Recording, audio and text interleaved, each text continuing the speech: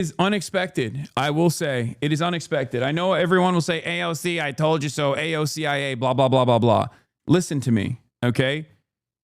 Many people who say that are completely oblivious to her past voting record, okay? There have been instances where she has voted consistently to like defend Israel and stuff like that, which is, again, a non-starter for many, for every congressperson pretty much. But today is different, okay? We are 2 years into. My expectations are not insane. I'm not demanding AOC do something above and beyond. I'm demanding that she does the fucking bare minimum. But then also, I guess on top of that, be a thought leader, be a leader in this party, especially at a time when we know for a fact that the majority of Jews in New York, for example, voted for Zohran Mamdani over Andrew Cuomo. Zohran Mamdani was uncompromising in his anti-Israel position. As a matter of fact, he said he was going to arrest Benjamin Netanyahu. Okay? What are we doing? The proof is in the fucking pudding. At this point, any politician that has their ear to the ground, that refuses to recognize how much this calculation has changed, is not doing it because they're oblivious. They're doing it because they want the conversation to shift. They are trying to lead people back into a pro-Israel position. That's it. That's it. Gaza. Now, we are heartfelt about the October 7th tragedy, that when people were killed, innocent people were killed. However, at some point, the United States needs to recognize that Israel is a strong country. They are nuclear armed, and they are capable of defeating their own enemies. It's right to stop funding this. It is a genocide, and the attitude has changed. The attitude and the opinion, the public opinion has changed. Okay? It's unacceptable. It is unacceptable after 2 years to still stand in defense of Israel, to say, oh, there's a difference between defensive weapons and offensive weapons. There is no difference. Very mad at AOC. I think people are misunderstanding this amendment vote, though. It's not selling out or being an agent or anything like that. It's likely a cynical attempt to fend off attacks in the future statewide, nationwide elections. Bizarre and out of touch risk aversion. Yes. Bizarre and out of touch risk aversion. She ultimately voted against the funding package, but you can't fence sit this. And the justification she gave doesn't make any sense. No, it doesn't make any sense. That's what I'm saying. Exactly. I'm not saying she's AOCIA or anything like that. This is someone who is refusing to read the fucking room. And the irony here is that AOC is supposed to be a leader in the Democratic Party, a progressive voice in the Democratic Party. What are you doing? I'm not saying she's like compromised by AIPAC or whatever. That's not my opinion at all. My opinion is this is a profoundly bad political move. Okay? It is a profoundly bad political move. It basically shows that her political instincts are still, after a couple of years of being in Congress, her political instincts, especially on this stuff, is so bad. Your expectations of AOC is what led you to be shocked several times over because you listened to her words and not her actions. What? No, that is incorrect. My expectations of AOC are working within the confines of the Democratic Party and being able to read the goddamn room, okay? I am an incredibly fair critic of AOC. You guys oftentimes, like you did with the Zohran endorsement, will go along with these narratives that like she is, CIA compromise, all this shit, okay? That's not the case. It's something worse than that. Ironically enough, it's silly. Let's see what Felix had to say. Truly and shockingly stupid. Beyond the nonsensical distinction between defensive and offensive weaponry, the state of constant warfare with neighboring countries is putting us in so many self-defense situations. Why is the one country entitled to free refills? It's fucking insane. You think it was the Bill of Rights. Israel has enough resources at its disposal for universal health care, a relatively gigantic military, and the Haredi Dole program.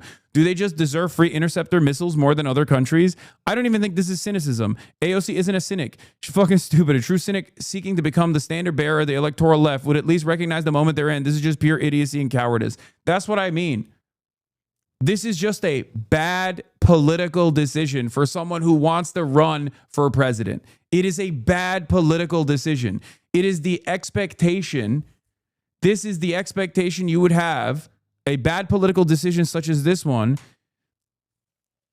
is supposed to come from the likes of Kamala Harris. It's not supposed to come from someone like AOC. Okay? It's just an incredibly, incredibly, incredibly bad political decision.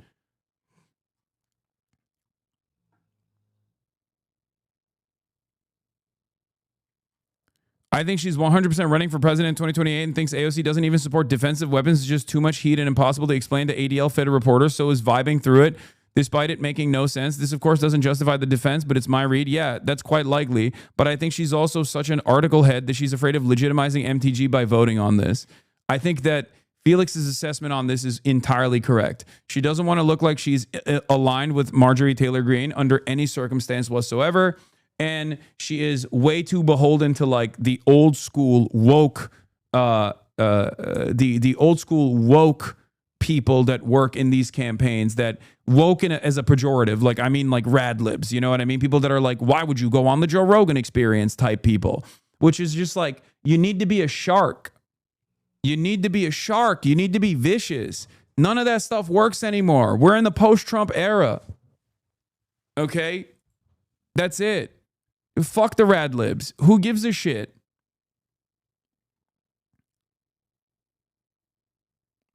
It does not make any sense whatsoever. Anyway, so initially she said, where was it? Initially she said something along the lines of like, Marjorie Taylor Greene's amendment does nothing to cut off offensive aid to Israel nor end the flow of U.S. munitions being used in Gaza. Of course I voted against it. What it does do is cut off defensive Iron Dome capabilities while allowing the actual bombs killing Palestinians to continue. I have long stated that I do not believe that adding the death count of the innocent victims of the war is constructive to its end. That is a simple and clear difference of opinion that has long been established. This is a bullshit, an incredibly cowardly way to fucking defend this decision, by the way. It would have been better off if she just said like, I don't like Marjorie Taylor Greene and it's a cynical messaging bill or something. Even then it would have been cowardly for her to not vote for it. But it is ridiculous to say, oh, it's defensive weapons. What do you mean defensive weapons? Who gives a shit? What are we talking about? Everyone at this point, especially someone like AOC, should be aware that Israel gets to fucking literally do as much violence as possible because they know full well that we're always going to be footing the bill on the defensive side, okay? It's not about like letting Israeli civilians die. This is not the case, okay? The point is, if Israel feels like they are left unguarded, okay, or if they feel the pressure from BDS, for example, boycott, divestments, and sanctions on the state of Israel, then they will stop doing genocide. That's the whole point. It is the least violent means of stopping Israel. It is fucking ridiculous. No one is saying like, oh, blow up Israeli civilians, please. That's fucking stupid. That's not the argument here. The argument is Israel will stand down if we stop giving them weapons, defensive weapons and offensive weapons, just all weapons. And it's ridiculous because no one would make the argument, yeah, look, we were only selling Germany anti-aircraft ammo. It was just defensive weapons. It would be ridiculous. That would be a ridiculous argument.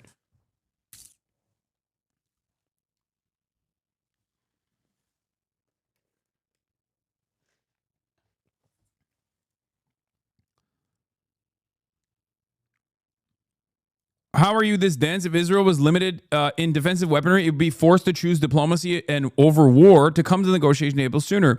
You think it'd be this reckless in Gaza if it knew hundreds of rockets were headed its way? So short-sighted is the case. That's it. Like, this argument is not a real argument at all. This argument is an argument that you take if you are still trying to exist in the old world, okay? In the old way of politics. This is pre-October 7 politics. This is Bernie Sanders pre-October 7 being like, well, you know, Israel has a right to defend itself. It's done. That's over. It's especially over for you. This position maybe is not over for like a Kamala Harris, but for you, you're supposed to be the room reader. You're not supposed to be tone deaf. You're not supposed to be tone deaf to the fucking cries of the Palestinians. So I think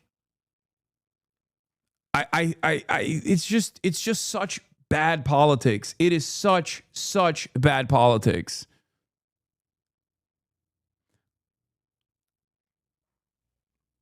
And then to make matters worse, she's also doubling, tripling, quintupling down on like attacking the left, which is only going to draw more enmity, because like it's not even a good issue to criticize the left on.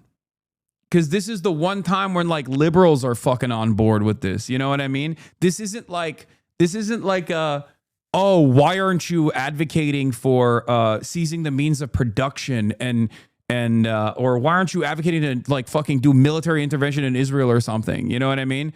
Like that's not like the expectation here is for you, knowing full well that this bill is not even going to this amendment is not going to pass, still as a strong advocate for human rights to turn around and say, I don't like Marjorie Taylor Greene, but I think that on this issue, we have to cut off weapons aid to Israel. That's it. Defensive, offensive, doesn't fucking matter. All aid. That's what sanctions are. What are we doing? We're supposed to be advocates for boycotting and we are supposed to be advocates for boycotting the state of Israel, for demanding sanctions to the state of Israel, for demanding divestment from the state of Israel. This is a part of that process. If you can't even do that, then what the fuck are we doing? I'm sorry, guys. This is completely ridiculous. This is way past my fucking red line, especially for someone like AOC. Way past my red line. And the reason for why I say this, and I'm just some fucking random commentator, okay? Who the fuck am I, right? I'm just some dumbass. Who cares what I have to say and think on this? But like, this is way past the red line for that reason, because none of these things are pushed for so we kill Israelis, okay? We push for this so that Israel cannot maintain its current campaign of bloodshed, unlimited bloodshed, because we all know that Israel will stop before it gets to a point where they put themselves in harm's way. And it does not, like, this is bad policy. It's immoral. It's morally repugnant policy. Okay? But worse than that, it's fucking bad politics. It's such bad politics. Okay? It's incredibly bad politics. In this day and age, in this time, to stand as a voice of progress, as a voice of the progressives in Congress, as someone who's most likely going to run for president. I've said this before about AOC, like she should never respond to Instagram and to people online. Okay. She should never do that. One takeaway here is that AOC is way too online. She's getting upset over the narrative among Twitter leftists and hyper-focusing on the bad faith inaccuracies about her rather than the larger problem that she voted against defunding the Iron Dome. Google is free. If you're saying I voted for military funding, you are lying. Receipts attached. Drag me for my positions all you want, but lying about them doesn't make you part of the left. If you believe neo-Nazis are welcome and operating in good faith, you can have them.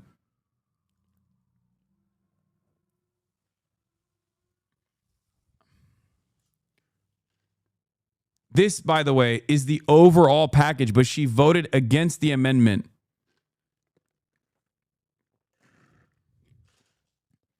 And not only did she vote against the amendment to cut off Iron Dome funding to Israel, but then also on top of that, she turned around and defended the position by claiming that this was, a way to stop civilians from being killed. Okay? A way to stop Israeli civilians from being killed. And it's like, that's not the point here. Okay?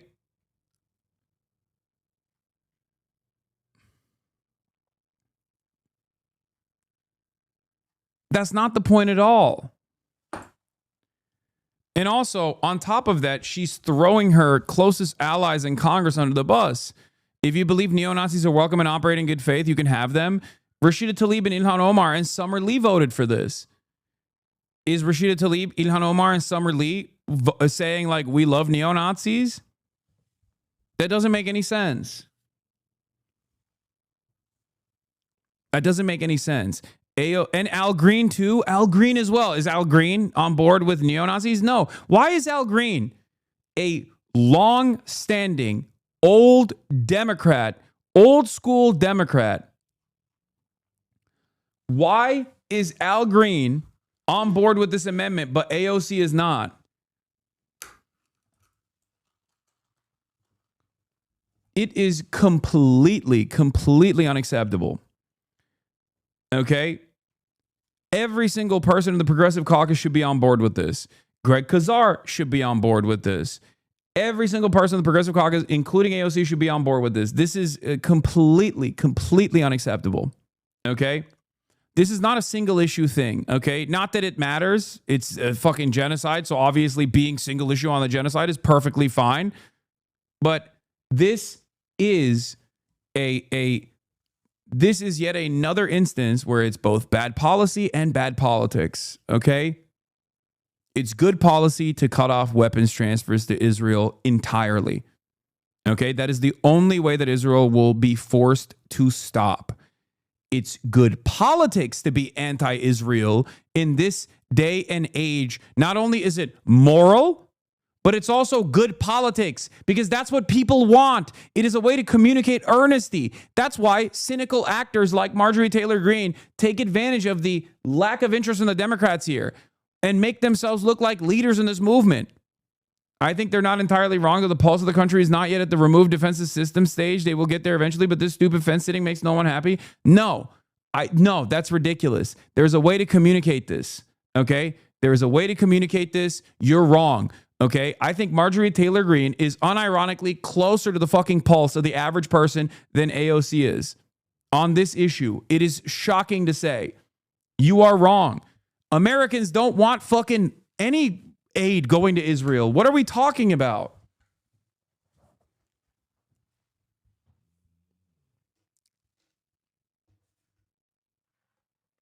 It's gone. It's done. Anyone that doesn't read the writing on the wall here is basically still operating on the old guard way of thinking. And you're exactly the same type of person who most likely looked at the Zoran stuff and was like, well, Zoran has to take a wishy-washy position on Israel because he wants to win. He wants to win. It's like, no, that's different. That's a different time and place in politics. We have moved beyond. We are in an entirely different space. The zeitgeist has shifted. Think about how much even a little bit of hope, a crumb of hope, can change political discourse in this country. Post Zoran, think about how every single person has recalculated. You got like the Andrew Schultzes of the world being like the Democratic Socialists are the only America First party. Like, think about that. How did that happen? How did that happen? How did we get to a position where the Democratic Socialists are seen as like the saviors of the Democratic Party by broad Democrat Party voters and the base of support? The Debras, the Barbaras. All of these people have decided that saying fuck Israel does not matter. And now MAGA is dominating the fuck Israel tip. It's crazy.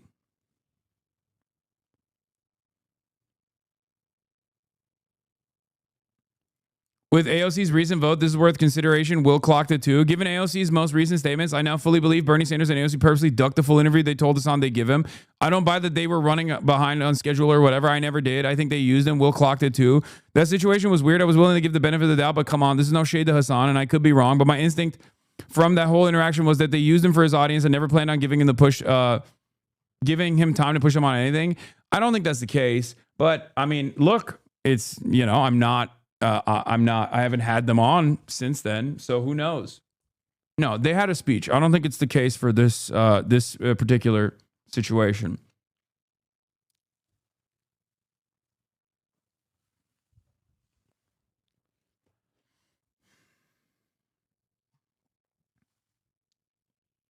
I have. I will. I will continue to try to have them on.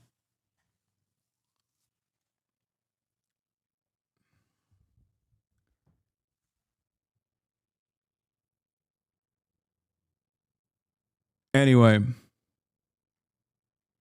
she bailed on you at the DNC. Don't fall for this shit. No, that's not the case.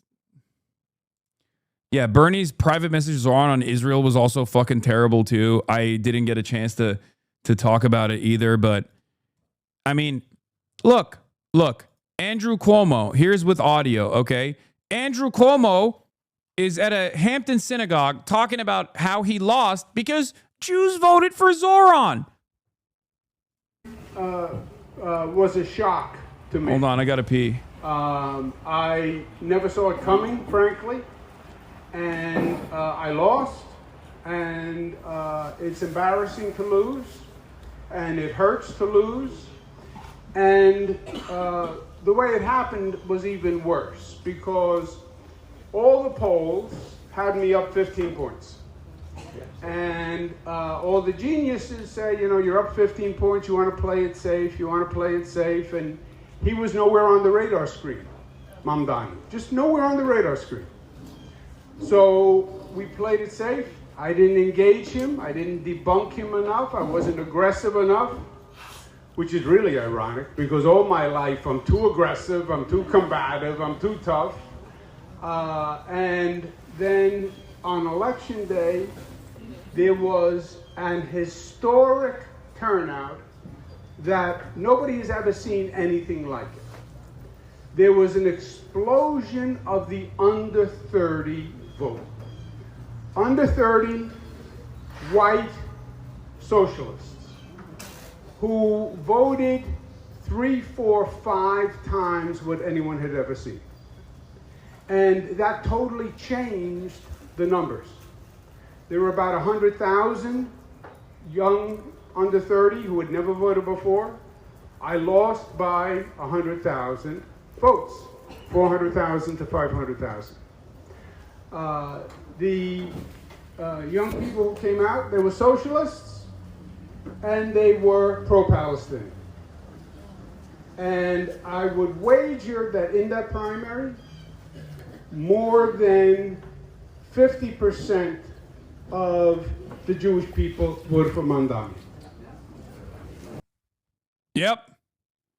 This is the first time anyone has even recognized that Zoran won the Jewish vote in the most Jewish city after Tel Aviv.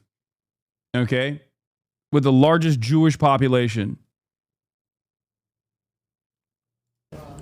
More than 50%. Because with those young people, the under 30 people, they are pro-Palestinian and they don't consider it being anti-Israel. I am, as you know, 100% supportive. No, they do. Plenty do. The difference is they just don't have an issue with being anti-Israel. Because why should they? Why would they? It's a fucking state, dude. It is a state, and it's a Nazi state, as a matter of fact. That's the point. No, maybe in the first couple of months after October 7, there were a lot of people who were like, oh, I just, I'm not anti-Israel, but also I think, maybe Israel is doing some war crimes. But we've pushed past that point at this juncture. We are so far behind.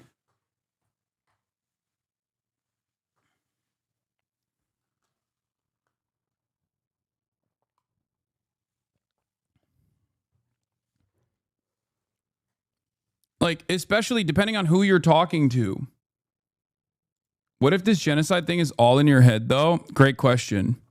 Don't think Trump or the UK like genocides or killing babies seem unlikely. Maybe you're just mistaken.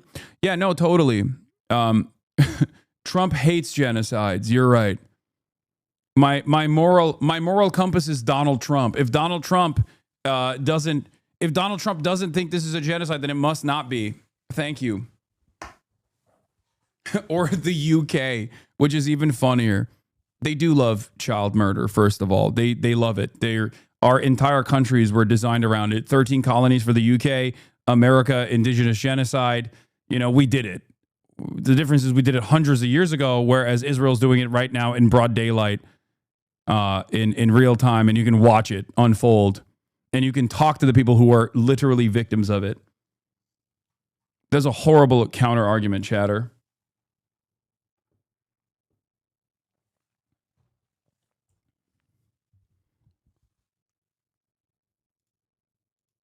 Anyway, Welcome back to the internet. Don't you miss the break? No. I mean, I expected this. I expected to be here. I expected to come back. I think I'm dealing with the ridiculous reactions coming from people much better. It's not the end of the world. It's not the end of the planet. I'm happy to be back. I love my job. I am the most fortunate person on the planet in terms of being able to communicate my perspective to tens of thousands of people every single day. And you know, that's it. I'm happy. I'm glad that I took a break, though. It definitely helped. Of Israel, I went out and I spoke to that everywhere. That's my tradition. It was my father before me. I was the most aggressive governor in the United States on behalf of Israel. I was the first against BDS. We did a number of trade missions back and forth. We have the largest Jewish population outside of Israel, and I was proud to be the strongest advocate. But many, especially younger people, don't consider saying anti-Israel is different than being anti-Semitic. Being anti-Israel to them means anti-Bibi's policies. Okay. These guys are playing catch up, okay? This is the broad point, though. Yes, being anti-Israel means being anti-Benjamin Netanyahu's policies. That is definitely the most common attitude. We have a different opinion on this, okay, in this community, and it is important for you to understand that you are still at the cutting edge of this discourse, and people will inevitably arrive at your position, but it does not matter if you want to understand what people's actual attitude is. Yes, there are a lot of people who are fuck Israel, but when they say like, "Oh, I don't like Israel. I don't like what Israel's doing," they don't have like a real theoretical or real like fully fleshed out ideological disagreement with Zionism being like a fascist ideology. That's not. You have that opinion because you watch me. You have that opinion because you have done at least some level of reading into the matter. It's entirely separate from most people's opinion. Most people just go, why are we giving money to these guys? I don't like it. I don't get it. And also, yeah, this is a incredibly bloody affair. I don't want to be a part of this. And there are a lot more people now that certainly recognize that it's a genocide. Okay. So just understand that, like, you are at the bleeding edge of discourse. Most people's attitude on this is killing is bad. Killing children is wrong. I don't like to see dead children. I don't really like it. But my expectation from the likes of AOC, for example, is to read the room and see where the trajectory is. They're still forced to even if they don't endorse, they are still forced to congratulate the victory, yada, yada, yada. We shall see what happens. The rules change every day. The richest people in the world are mobilizing the Dems to cut Zoran down. That for sure is happening. David says, the question remains, why does she walk into the Lehrer interview without knowing off book what Mamdani had actually said? She sounded frazzled. We're all guessing at what's going on inside her head, but my guess is that the specifics were immaterial to her. She expected to be able to characterize his comments however she pleased without pushback, true, and she has been in a state of disbelief over the last week that isn't how Israel politics works anymore, which finally broke today. Yeah. And Kirsten Gillibrand is far from the only figure that is going to be the recipient of this cold, hard reality that is coming for them. There is no other group or no other advocacy aside from pro-Israel advocacy where actual institutionally important figures can go on national television and fucking say, this guy's a Jew hater, he wants to kill all Jews without any evidence whatsoever. Okay? There are still people who are doing that. Eric Swalwell did that. Richie Torres implied it as well, not to the same degree as Kirsten Gillibrand, because he still has his progressive bona fides, despite the fact that he's Israel's attack dog. Okay? Jonathan Greenblatt still goes on television and lies all the fucking time.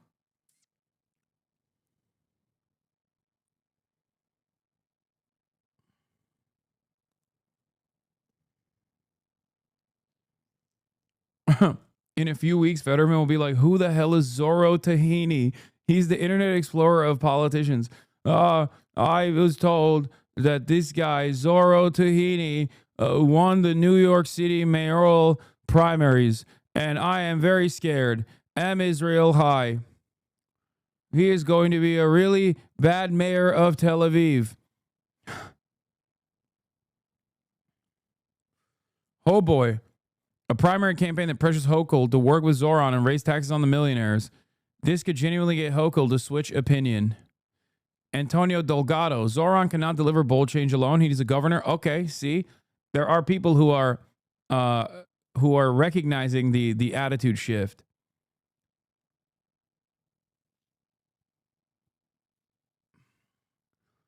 Antonio Delgado. Zoran cannot deliver bold change alone. He needs a governor who's willing and ready to work with him. Governor Hochul, whatever, refuses to tax the ultra wealthy or big corporations to achieve affordability for all. If you want change in New York City, we need a change in Albany. Oh boy.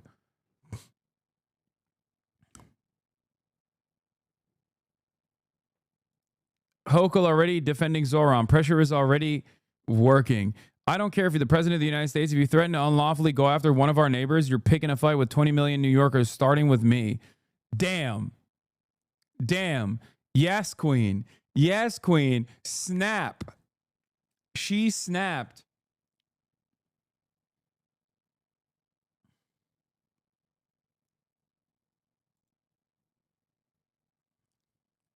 Slay queen.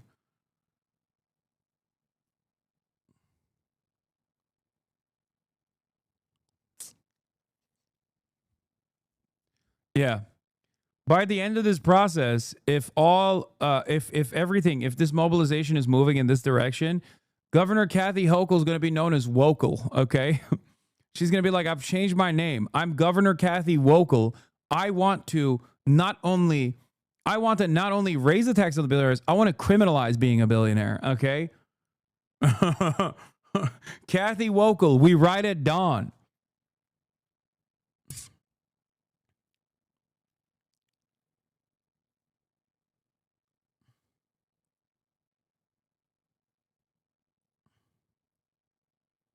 Who's going to tell her about Mahmoud Khalil? Well, one day at a time.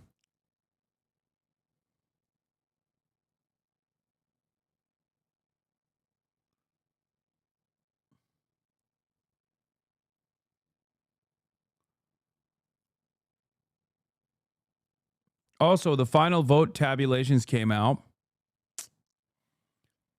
By round 3, Zoran wins 56% of the vote, with Andrew Cuomo receiving 44% after everyone was crossed out.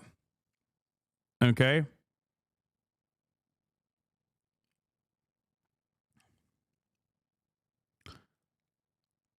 With Zoran receiving 102,000, with Andrew Cuomo receiving 219,000. It's still not enough. Thank God for his resounding second highest win in New York City mayoral primary history.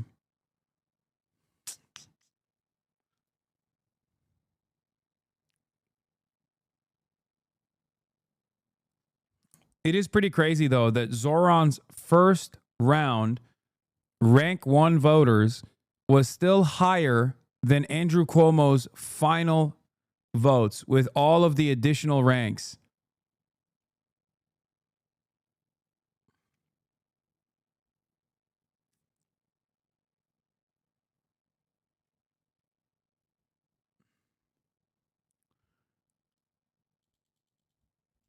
You're reading it wrong. It was a transferred vote. What do you mean?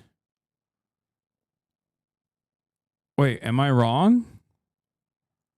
By round 3, everyone got knocked out. And Zoran received 100,000 plus votes, like 100,000 votes. Almost 100,000 votes. And Andrew Cuomo received, what, 378,000 to 428,000? 100,000 votes. Zoran got 100K votes, transferred to 55K.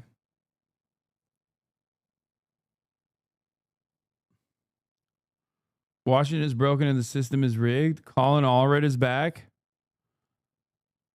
Been a lot of things. Yeah. Anyway, I don't want to hear from Colin Allred. Sorry.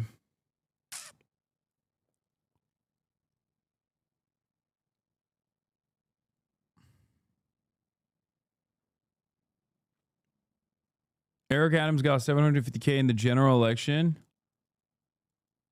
Yeah, but that's the general. Eric Adams got, I think, less votes than Zoran did in the final vote tabulation than Zoran did in rank one, like round one of ranked choice voting.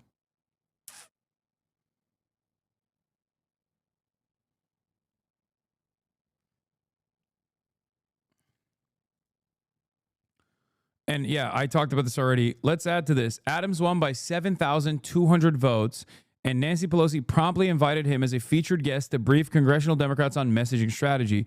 Zoran won by 116,000 votes, and Hakeem Jeffries is basically insisting he's never heard of him.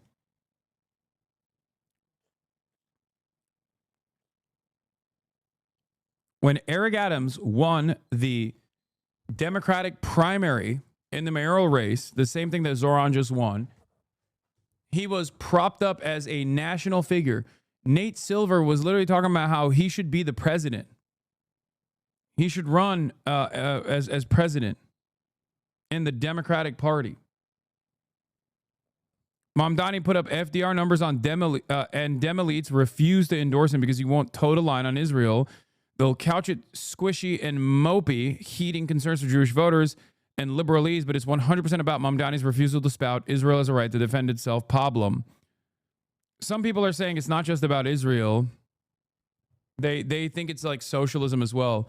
But I think it's mostly about Israel. I don't think Brad Lander will be getting this level of fucking animosity when there are a lot of, Brad Lander himself was a DSA guy until 2023. And Brad Lander also had a bunch of progressive policies, maybe not to the same extent as Zoran Mamdani, but, you know.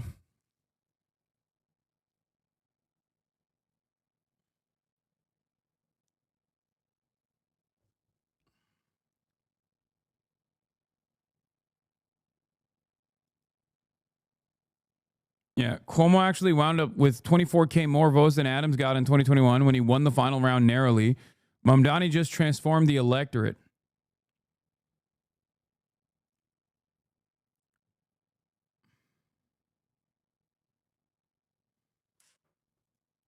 Zoran got 86% of Brad Lander's votes. Wait, no. No, it's all the people who rank Zoran over Cuomo. Yeah.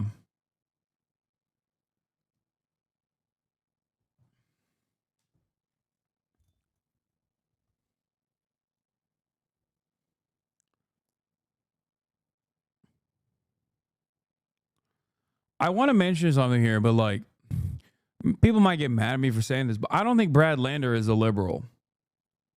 He's a liberal Zionist, but I don't think he's a liberal. He was a DSA guy for most of his fucking life. I mean, it's okay to say he's a liberal, to be like, look at the liberal socialist allegiance. Like, this is what it's supposed to look like. But like, he was a fucking DSA guy, you know?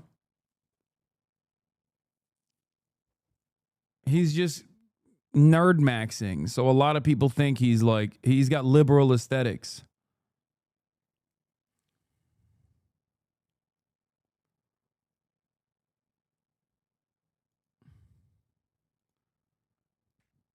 Anyway. But yeah.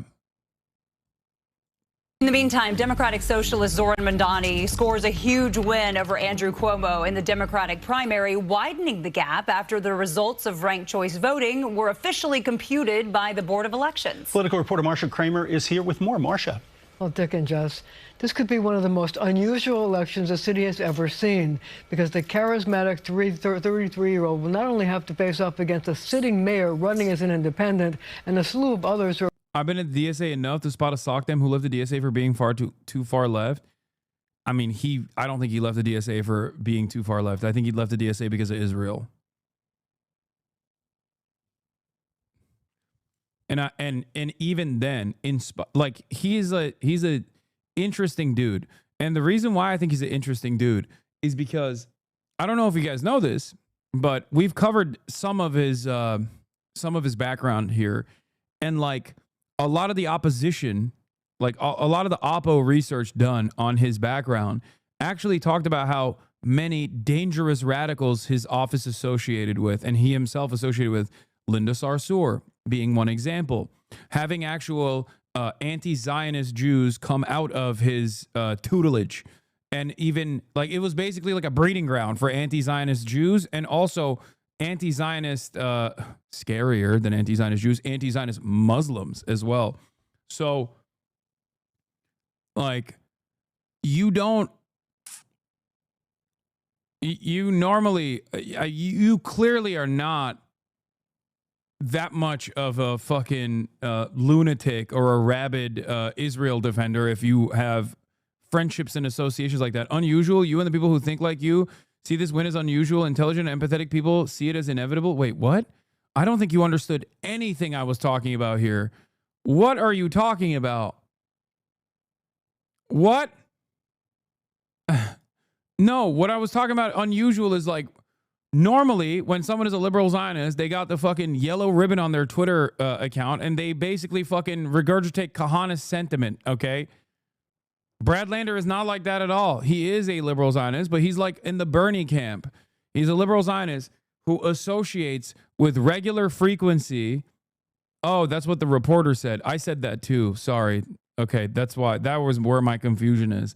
My confusion comes from the fact that I also use the term unusual, so I thought the chatter was addressing me and not Marsha Kramer. They're hoping to offer a choice to his left-of-center politics, but a president who is dead set against him. Well, then we'll have to arrest him. A stunning remark from President Trump about the winner of the Democratic mayoral primary after a reporter told him that Zohran Mamdani threatened to defy ICE. It provoked this response from Mamdani on social media. Quote, his statements don't just represent an attack on our democracy, but an attempt to send a message to every New Yorker who refuses to hide in the shadows. If you speak up, they will come for you. On the very day that Zohran Mamdani officially won the Democratic mayoral primary with a 12... No, Brad Lander is a leftist, dude. Stop saying he's not a leftist. He fucking is. Come on, dude. What's the expectation?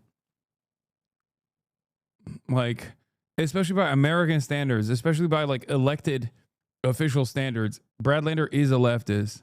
12-point, 56-44 win over Andrew Cuomo. He got a welcome to the wacky world of the 2025 mayoral race from President Trump. The only reason why he's not like a actual full blown leftist is because he's not anti-Israel. I wouldn't even. I think he's even more than fucking Elizabeth Warren. Is my point. Now, I don't think it's an unfair association to say that you can't be a leftist if you're a liberal Zionist. You know.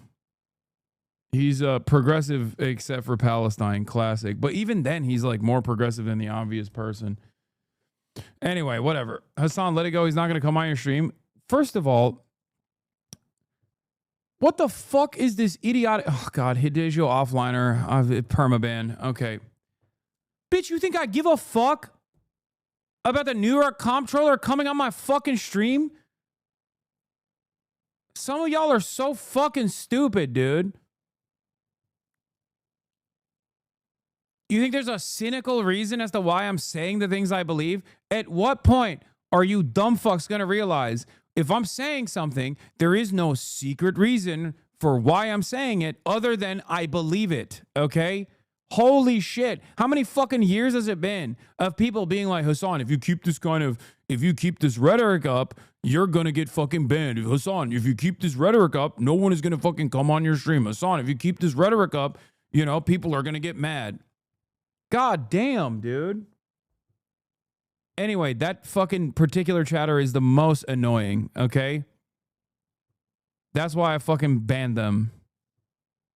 They're unfucking bearable, constantly talking about drama baiting while simultaneously drama baiting. Let's continue. Who said he hoped a Republican could beat him, or maybe the sitting mayor. We have a good independent running, Mayor Adams, who's a very good person. At an unrelated press conference on crime stats, Mayor Adams ducked questions about Trump, preferring to focus on the role of the mayor to let federal immigration agents do their job. And anyone that is an elected or not should never interfere with federal authorities carrying out their function. Mamdani said he was humbled by the breadth of his support. Over 540,000 New Yorkers voted for him, saying he is, quote, excited to expand this coalition even further as we defeat Eric Adams and win a city government that puts working people first. Andrew Cuomo is holding his cards close to the vest about whether he will actively campaign on the independent line he has secured. A spokesman said he wants to assess the feelings of more than 1 million independent voters who will be able to have a say in the general election. Extremism, division, and empty promises are not the answer to the city's problems. While this was a look at what motivates a slice of our primary electorate, it does not represent the majority, said a Cuomo spokesman. This as another independent entered the race, Cuban-American biotech engineer Joseph Hernandez, who took a shot at Mamdani's socialist platform. I was born in Cuba, a country where socialism destroyed opportunity. My family lost everything. I cannot predict what's going to happen in November except one thing. New Yorkers are energized. New Yorkers are focused. And they're going to come in larger numbers than we've seen before. So here's the score. Good analysis, man. Card for November. One of my favorite things is when people go, my family lost everything. I hate socialism. I'm from Cuba. My family lost everything in Cuba. And then you look at their family history and their fucking grandparents were getting their eyeballs clawed out by the fucking Batista administration, you know? And it's like, okay, dickhead, why the fuck are you shitting on the dudes who actually liberated your fucking family from the torture regime that was backed by the American government? Suck my dick. Have a little bit of fucking respect, Ted Cruz.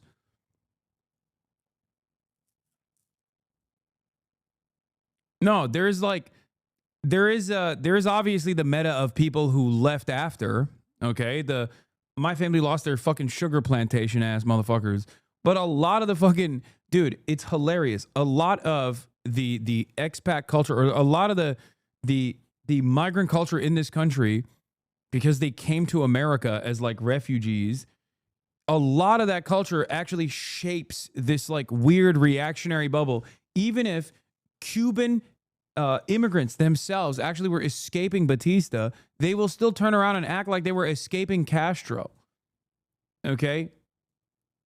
It's this very funny, completely fucking made up story. This isn't to say that there aren't people who like escaped because, you know, they didn't want to give up their farms or whatever. But like there is a fuck ton of people who just lie and say Castro tortured their family when in fact it's not Castro, it's motherfucking Batista. Okay? And yeah, Iran, there's another, this meta exists within Iran as well. People being like, oh, we left during the tortures that were taking place during the revolution. And it's like, but then you look up their timeline and it's like they escaped the Shah. What the fuck do you mean? It was the communists or the Islamists that tortured your family. You left during the Shah. It's not lost on me that I think a lot of people, in an effort to fit in, realize that they just have to lie about this shit.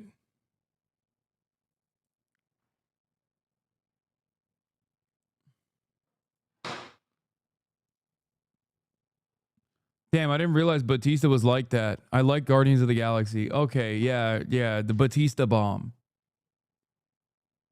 Batista bomb, baby. That's what Batista was doing. Doing a Batista bomb on people's grandparents. Donnie the Democrat, Curtis Sliwa the Republican, Adams on the independent line, Independents Joseph Hernandez, Jim Walden, and Andrew Cuomo. Would you say the same about Venezuelans? Every group has this formation. For many that come far after that, they're escaping the harrowing conditions oftentimes born about American intervention, born because of American intervention, whether it be like crippling sanctions or whatnot in Cuba or crippling sanctions or whatnot in Venezuela. But then in an effort to assimilate, in an effort to make a legal application for asylum, they're like, yeah, I hate the communism that has made me eat rats. And then that story that they tell others become their own fucking story. Okay?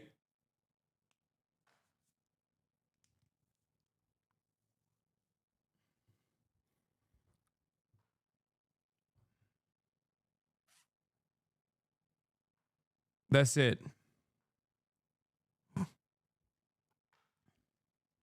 Yeah, Vietnamese people are another example. But Vietnamese people are a really interesting example because, like, I talk to Vietnamese people that are around my age and younger, and they're conflicted. Their families are right-wing, right? And their families are anti-communist, but they also simultaneously have a sense of patriotism for what Ho Chi Minh did. Because Vietnam is an independent nation that gets to participate in the global marketplace.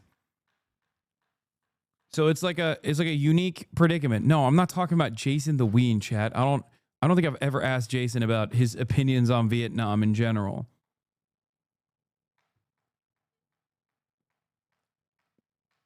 But there are a lot of like younger Vietnamese people in America that are either super radical and like don't have any fear saying that they're socialists or whatever.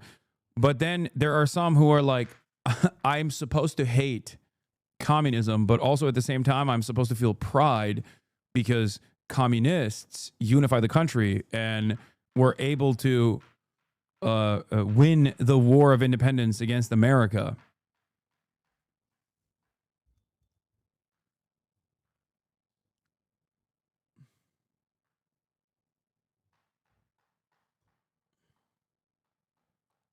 There was a poll in the 2024 election that Vietnamese Americans had the single highest left-right differential by age. That makes total sense.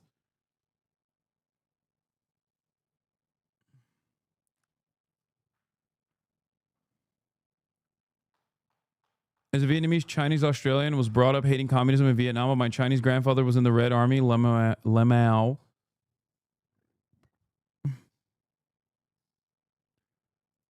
A moment like this is made for Steve Kornacki, and he's joining me now, our national political correspondent. And Steve, what are the big takeaways now that you've crunched all the numbers and we get a sense of that ranked order that voters were able to express their opinions? Yeah, I mean, an interesting and unusual primary in a couple ways. First of all, the methodology, like you say, using the ranked choice system. Not many places do that. Let's just show you first how that played out. These were the preliminary.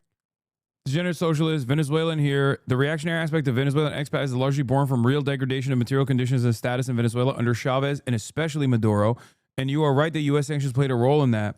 But a lot of blame is on the incompetence and outright corruption of Chavez and Maduro. Leftists in the U.S. tend not to pay any heed to the latter of that. Not saying the opposition is any better, but it's not as black and white as the Fidel Cuba situation.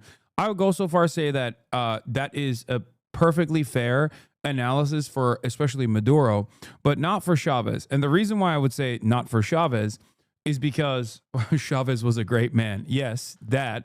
But also because Chavez spent so much time trying to diversify the Venezuelan economy and was met with the same exact forces that were directly aligned with the American Chamber of Commerce and the American CIA that literally successfully and then unsuccessfully tried to coup him. So it's not like Chavez didn't recognize that being a single resource economy was going to be a death sentence for Venezuela. Okay? When the going was good, he did actively try and yield better agricultural production, take some kind of control over the grocery stores. Like the grocery store owners are grocery store owners and media company owners in South American countries are like the most elite business fascists you can ever fucking engage with. So they fucked him over very aggressively, as a matter of fact. And that led to obviously, additional complications coming out of the Maduro administration, which basically has been running on Chavez's gains and the Chavista movement. Who in his nomination speech said he will defy ICE and will not allow ICE to arrest criminal aliens in New York City. Your message to communist Zorhan Mandami. Well, then we'll have to arrest him. Look, we don't need a communist in this country, but if we have one, I'm going to be watching over him very carefully on behalf of the nation. We send him money. We send him all the things that he needs to run a government. And by the way, they get about 3 times what you get, Ron.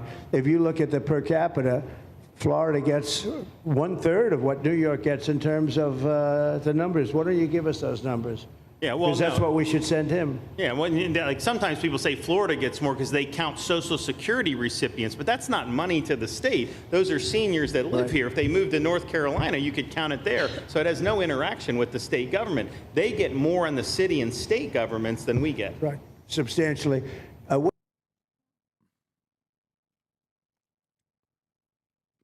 Ronald Reagan was talking about this on Majority Report. The old deportation orders were shelved by the Obama admin, but have just been reopened.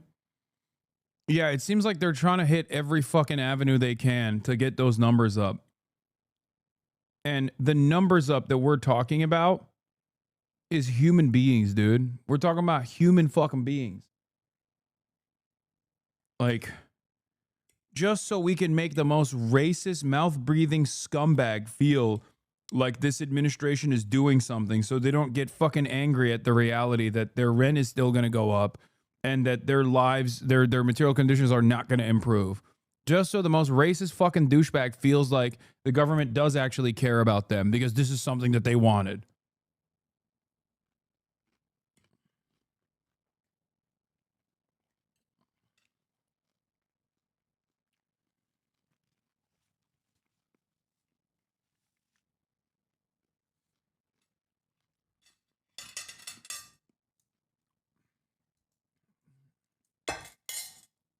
Yes, Ronald Reagan is a immigration attorney that is a frequent guest caller on Majority Report. We're going to be watching that very carefully, and a lot of people are saying he's here illegally. He's, we're going to look at everything, and ideally, he's going to turn out to be much less than a communist. But right now, he's a communist. That's not a socialist.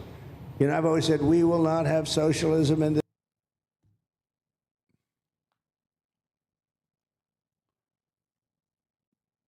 He's saying, a lot of people are saying he's here illegally. Like, he's doing the Andy Ogle shit. Oh. Fucking insane, dude.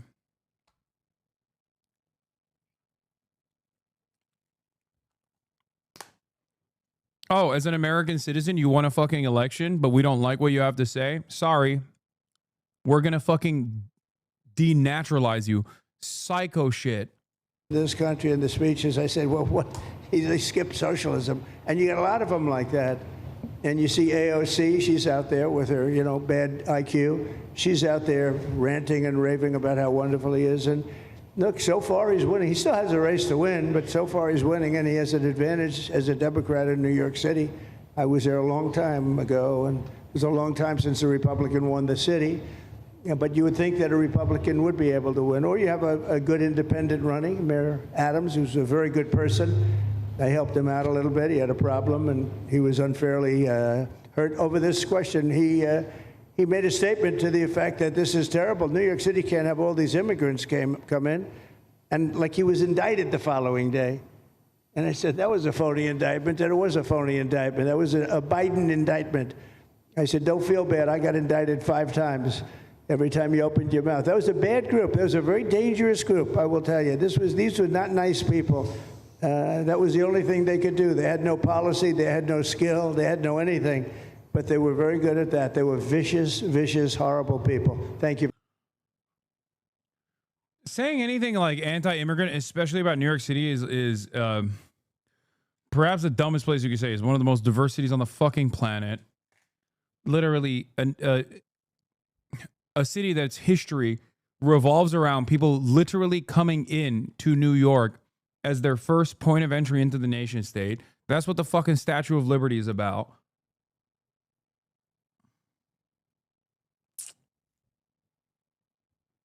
That's where Ellis Island is.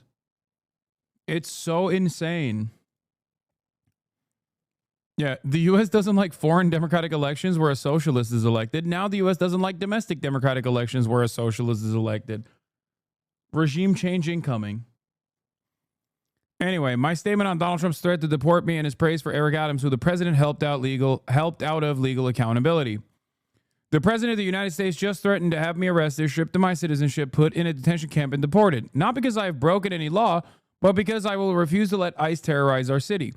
His statements don't just represent an attack on our democracy, but an attempt to send a message to every New Yorker who refuses to hide in the shadows. If you speak up, they will come for you. We will not accept this intimidation.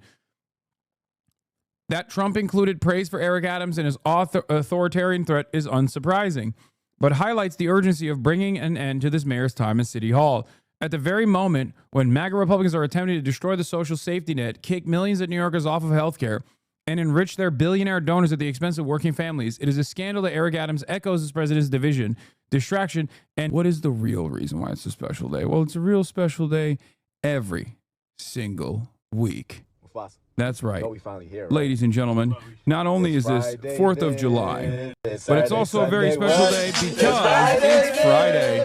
That's right. Immaculate vibes all around, no matter what happens. It's freaking Friday. It is 4th of July Friday. It's Fuck-a-Fan Friday. You already know what it is. Our forefathers fought long and hard, not only for the revolution, but also specifically so that you can get a revolutionary advantage, such as the weekend. If you like 5-day work weeks as opposed to 7-day work weeks, then thank a labor union, as we do every Friday, the obligatory celebration of all labor militancy. Hates us, dude. Talk about the thong, dude. I did in the beginning. I did. Cutie walks into the house with Maya, okay? And she's got a thong and it's like pulled up like super high. Like she was doing the Tara Yummy thing.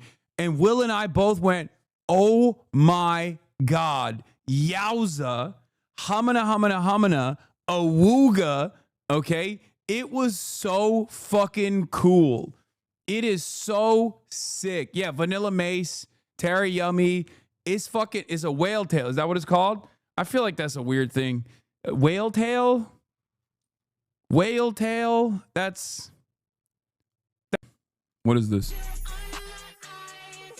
My top favorite Turkish snacks. Baklava. Fair. Facts. Donut kebab. Okay, very good. Dolma. I wouldn't put dolma at 3. I'd put donut probably higher than dolma. Köfte is pretty good. Okay, still put donut higher than that. Okay, I see what's going on here. All right, okay. Well, I see a thirst talk, I repost. You know what I mean? That's just how it goes. That's how it goes. Wouldn't put myself at number 1. I think baklava is probably better. For even a weekend is considered like crazy. Virtually every news broadcaster takes time off on the weekends. You know what I mean? Most of my peers normally take the weekends off. Obviously, they take a break on weekends, and on top of that,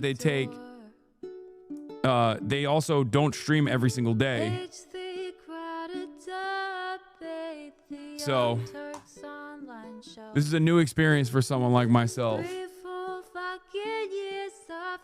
Anyway, love you guys. See you on the other side. Peace. 90-day fiance talks of champagne bourgeoisie. A Trump rally live reaction on mass riot at DC. There he is again, her sun is streaming. Her sun is streaming. There he is again, the sun is streaming, her sun is streaming. You know, I'm feeling some type of way. Obviously, I'd love to get up in that ass. I mean, it is a mammoth ass. It's true. Like, You can see the panty lines too. Like, obviously, it makes everybody feel some type of way. This is exactly the reason why people are obviously sexually attracted to him, because he's big booty. He's a big booty bitch. Okay? Everybody knows this. I'm sorry for objectifying the president as a victim of objectification as a male myself.